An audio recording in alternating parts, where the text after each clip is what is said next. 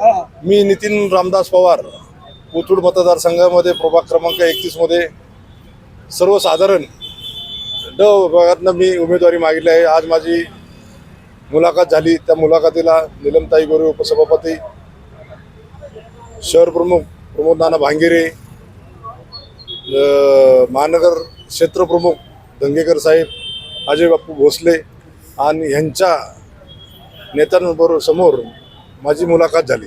त्या मुलाखतीमध्ये मी एवढंच सांगितलं की प्रभाग क्रमांक 31 साठी मला उमेदवारी मिळावी। त्या उमेदवारी मिळवण्यासाठी मी गेले 25 वर्ष शिवसेनेशी एकनिष्ठ आहे। मी शाखा प्रमुखापासून तो उपशहर प्रमुखापर्यंत मी 25 वर्षात काम केलेलं आहे।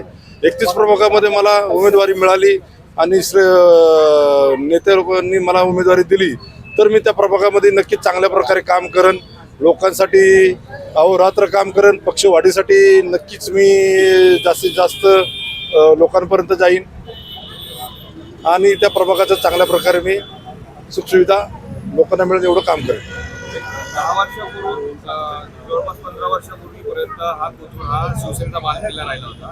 त्याला जर किल्ला पडल्याचा झालेला आहे, त्या दृष्टीने कशा प्रकारचे नियोजन करणार आहे की त्या मतदारसंघात निवडून खरं पाहता गेला तर गेले 15-20 वर्षापूर्वी शिवसेनाचा कोथरूड हा बालेकिल्लाच होता।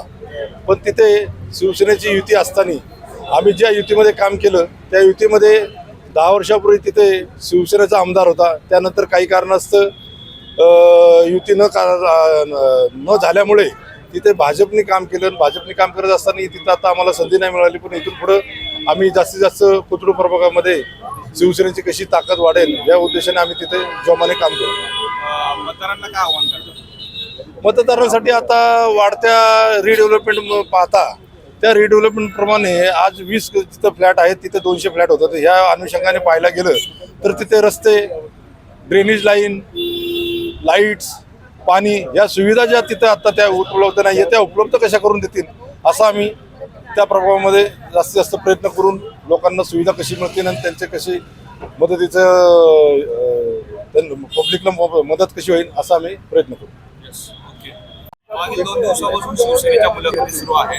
एकंदरीत काय भावना आहे, काय सांगताना आज आपण मुलाखत दिली आहे, कशा प्रकारचे प्रश्न विचारले आणि काय मागणी आहे? मी नितीन रामदास पवार कोथरूड मतदारसंघामध्ये प्रभाग क्रमांक 31 मध्ये सर्वसाधारण ड विभागातनं मी उमेदवारी मागितली आहे। आज माझी मुलाखत झाली। त्या मुलाखतीला नीलमताई गोरे उपसभापती, शहर प्रमुख प्रमोद नाना भांगेरे, महानगर क्षेत्र प्रमुख दंगेकर साहेब, अजय बापू भोसले आणि ह्यांच्या नेत्यांबरोबर समोर माझी मुलाखत झाली। त्या मुलाखतीमध्ये मी एवढंच सांगितलं की प्रभाग क्रमांक 31 साठी मला उमेदवारी मिळावी। त्या उमेदवारी मिळवण्यासाठी मी गेले 25 वर्ष शिवसेनेशी एकनिष्ठ आहे। मी शाखा प्रमुखापासून तो उपशहर प्रमुखापर्यंत मी 25 वर्षात काम केलेलं आहे।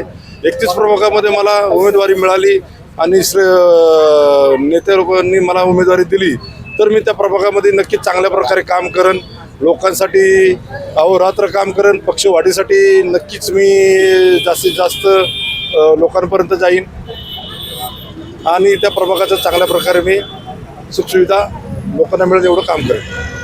10 वर्षापूर्वी जवळपास 15 वर्षापूर्वीपर्यंत हा शिवसेनेचा बालेकिल्ला राहिला होता। त्याला जर किल्ला पडल्याचा झालेला आहे, त्या दृष्टीने कशा प्रकारचे नियोजन करणार आहे की त्या मतदारसंघात खरं पाहता गेला तर गेले 15-20 वर्षापूर्वी शिवसेनाचा कोथरूड हा बालेकिल्लाच होता।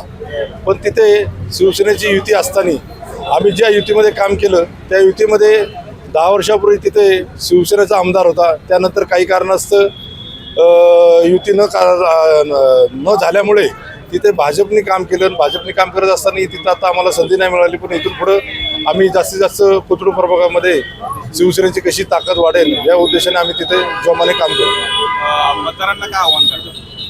मतदारांसाठी आता वाढत्या रिडेव्हलपमेंट पाहता त्या रिडेव्हलपमेंट प्रमाणे आज 20 तिथं फ्लॅट आहेत, तिथे 200 फ्लॅट होतात। ह्या अनुषंगाने पाहायला गेलं तर तिथे रस्ते, ड्रेनेज लाईन, लाईट्स, पाणी या सुविधा ज्या तिथे आता त्या उपलब्ध नाही त्या उपलब्ध कशा करून देतील असं आम्ही त्या प्रभावामध्ये जास्तीत जास्त प्रयत्न करून लोकांना सुविधा कशी मिळतील आणि त्यांचे कशी मदतीचं पब्लिकला मदत कशी होईल असा आम्ही प्रयत्न करू. Yes, okay.